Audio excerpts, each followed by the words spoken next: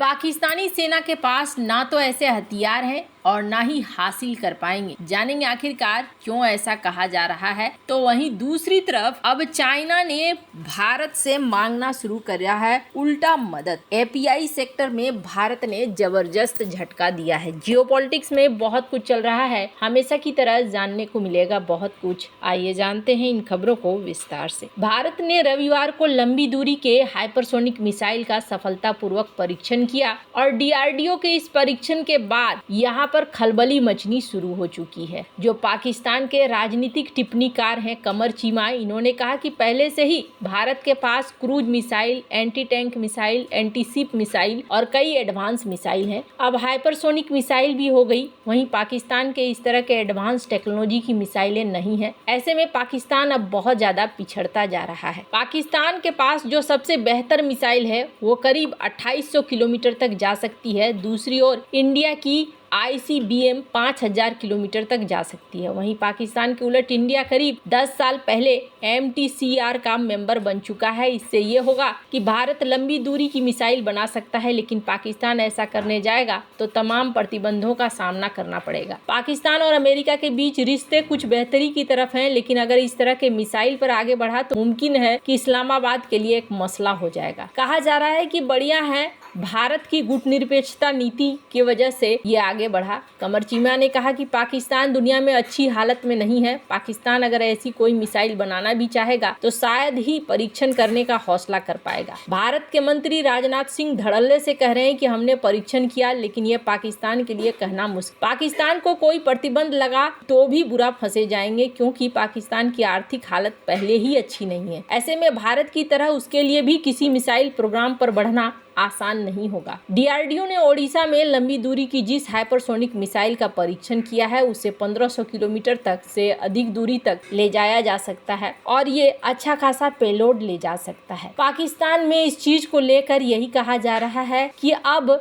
भारत के लिए कोई भी चीज आसान हो गया और ये जो पाकिस्तान बात बात पर देता था धमकी, वो चीज आसान नहीं होने वाली है। भारत ने पहली बार लंबी दूरी तक मार करने वाली हाइपरसोनिक मिसाइल का परीक्षण करके दुनिया को अपनी अजेय ताकत का प्रदर्शन किया है। भारतीय रक्षा मंत्री राजनाथ सिंह ने रविवार को इस हाइपरसोनिक मिसाइल के परीक्षण के बाद जो टेंशन है पाकिस्तान की उसे बढ़ा दिया है। बार बार जो कहते हैं वो चीज अब यहाँ नहीं होने वाली है। पाकिस्तान अगर न्यूक्लियर बमों की धमकी देगा तो भारत के पास अब एक ऐसा हथियार आ चुका है जिसका तोड़ पाकिस्तान के पास है ही नहीं, और ये बहुत ही ज्यादा जरूरी था। कम से कम एक दुश्मन को तो ये समझ में आएगा। जहाँ एक तरफ पाकिस्तान पहले से ही भारत से और भी कई चीजों से परेशान हो रहा है, तो वहीं दूसरी तरफ इस हथियार के बाद भारत ने एकदम से बदलाव कर दिया है। अभी जो दिख रहा है जो मंत्रालय है वो मंत्रालय ट्रंप का जो जिस तरीके से वो बांट रहे हैं उसमें पाकिस्तान विरोधी लोग ही ज्यादा हैं। मतलब पूरी तरीके से यहाँ अगर ये ऐसा कुछ करने का भी सोचता है तो इनके लिए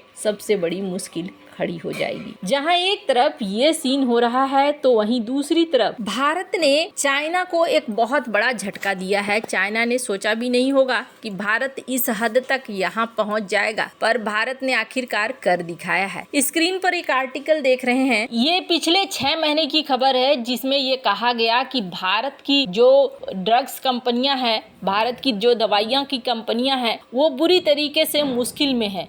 क्यों मुश्किल में है? इसलिए मुश्किल में है क्योंकि ये बहुत ज्यादा निर्भर है चाइना के ऊपर। चाइना के एपीआई इन्हें चाहिए होता है। एपीआई क्या होता है तो ऐसे समझ लीजिए जैसे कि कच्चा माल। एक जमाना था जब भारत दवाइयों के मामले में बहुत आगे था, लेकिन फिर भारत ने इन चीजों पर ध्यान देना बंद कर दिया और ध्यान देना बंद करने के बाद धीरे धीरे असर ये हो गया कि चाइना इस मामले में बहुत आगे बढ़ता चला गया और भारत क्या करने लगा, चाइना से ही मंगवाना शुरू करने लगा। इसका सबसे बड़ा एग्जाम्पल देखिए, स्क्रीन पर आपको 3 डेटा मिलेंगे, पेनिसिलिन जी, कैलुवेनिक एसिड और 6-APA। ये समझ लीजिए कि कुछ दवाइयां हैं जिन दवाइयों का कच्चा माल, और इस कच्चे माल में भारत को कितने की जरूरत होती है? भारत को जरूरत होती है 2066 करोड़ रुपए का ये मंगवाता है, खरीदता है, और इसमें से अकेले को चाइना से 1591 करोड़ रुपए के कच्चे माल को खरीदता। इसी तरीके से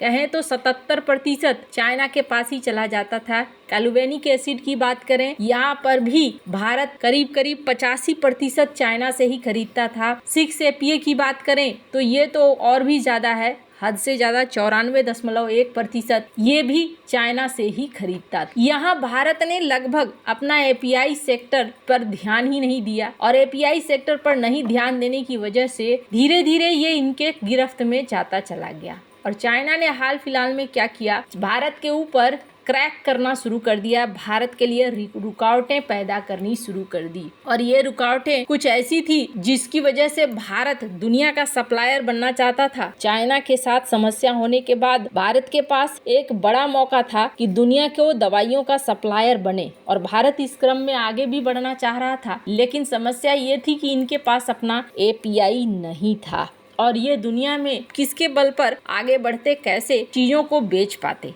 पर धीरे धीरे इन्होंने इस सेक्टर पर ध्यान देना शुरू कर दिया और क्वालिटी पर भी ध्यान देना शुरू कर दिया। और इसका असर क्या हुआ है वो आप देख सकते हैं। खुद चाइना की जो कंपनी है, वो चाइना की कंपनी ये कह रही है कि आप हमें बेचिए, हम खरीदना चाहते हैं। वो कंपनी और वो चाइना जो एक समय भारत की इंडस्ट्री को डुबाने की कोशिश कर रहा था, वो अब ये कह रहे हैं कि हम आपसे माल खरीदना चाहते हैं, आप हमें ही माल बेचा कीजिए। भारत के एपीआई की क्वालिटी अब उन्हें इस तरीके से पसंद आ रही है। भारत इस सेक्टर में कई प्लांट्स को शुरू कर रहा है। कई ऐसे प्लांट्स थे जो भारत ने बंद कर दिया था, उनको एक बार फिर से शुरू किया जा रहा है, और इसका असर भी देखने को मिल रहा है। एलओसी में जिस तरीके से चीजें घटी है, तनाव घटा है, उसके बाद संघाई फार्मास्यूटिकल्स चीन की सबसे बड़ी दवा आयातक और दूसरी सबसे बड़ी दवा वितरक है। 27 बिलियन डॉलर के कुल राजस्व के साथ संघाई फार्मास्यूटिकल कैंसर, डायबिटीज, हृदय रोगों के अलावा कई अन्य तरह की दवा बनाती है। संघाई फार्मास्यूटिकल्स होल्डिंग कंपनी लिमिटेड के उपाध्यक्ष का कहना है कि हम भारत से एपीआई आयात करना चाहते हैं। आपूर्ति श्रृंखला में वैश्वीकरण केवल एक देश के लिए नहीं है। मेरा मानना है